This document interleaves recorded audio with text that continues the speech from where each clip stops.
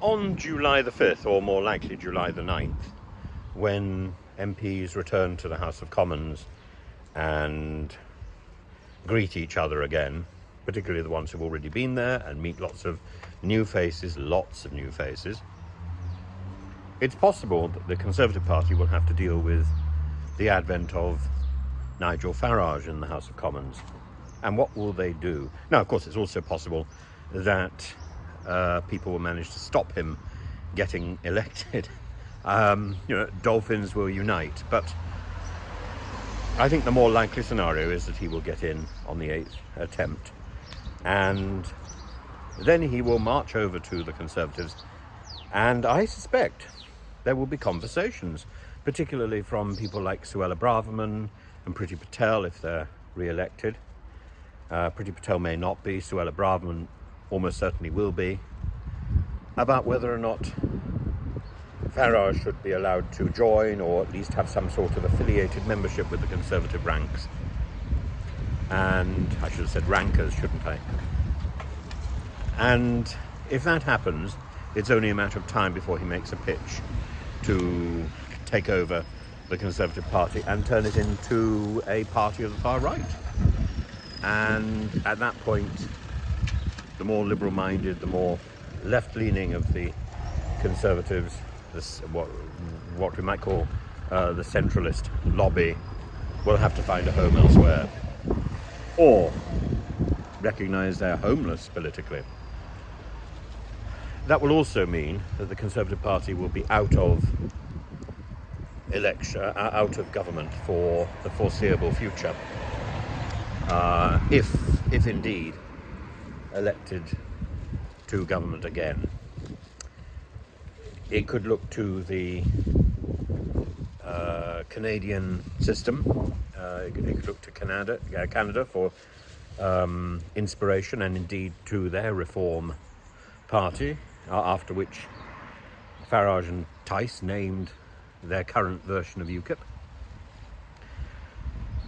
But I think the more likely scenario is that this will completely doom the Conservative Party as a party of government.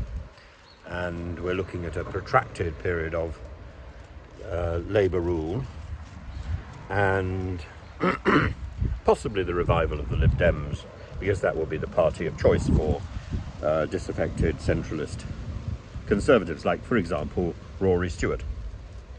There might even, we hope, there might even be a serious rise of a rejoin EU party or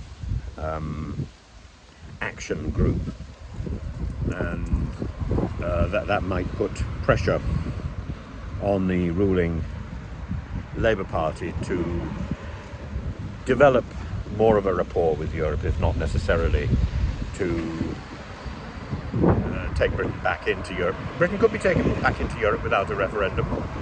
It's possible. That's how we got into Europe in the first place. The referendum followed our admission. The same sort of thing could happen again. I don't think Europe would be very happy to be witnessing another Brexit-style referendum, and so if that could be done without that, that probably would be a positive.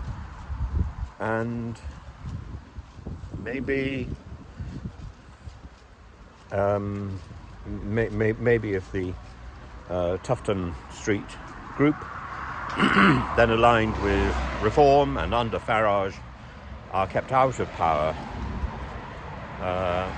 maybe we will find ourselves back in Europe in some form, standing behind Albania, which I trust will make Suella Braverman blush. You remember, of course, Suella Braverman banging on the dispatch box and screaming abuse at Albania and at Pakistan, and refusing absolutely to apologise to Crown Prince Leka or to the Prime Minister of Albania, Edi Rama, who both wrote letters protesting about the language which was used. Invader! Invader! It's like something out of Doctor Who, isn't it?